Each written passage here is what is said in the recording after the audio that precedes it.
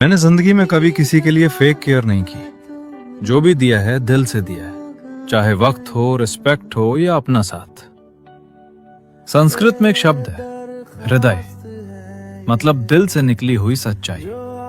और जो चीज हृदय से आती है ना, वो कभी झूठी नहीं होती। आजकल लोग वर्ड्स बहुत बोलते हैं पर फीलिंग्स कम रखते हैं। कनेक्शन दिखाते हैं पर इंटेंशन साफ नहीं होता। इसलिए मैंने सीख लिया है, कम लोग रखो पर सच्चे रखो, क्योंकि दिल से दिया हुआ कभी बेकार नहीं जाता।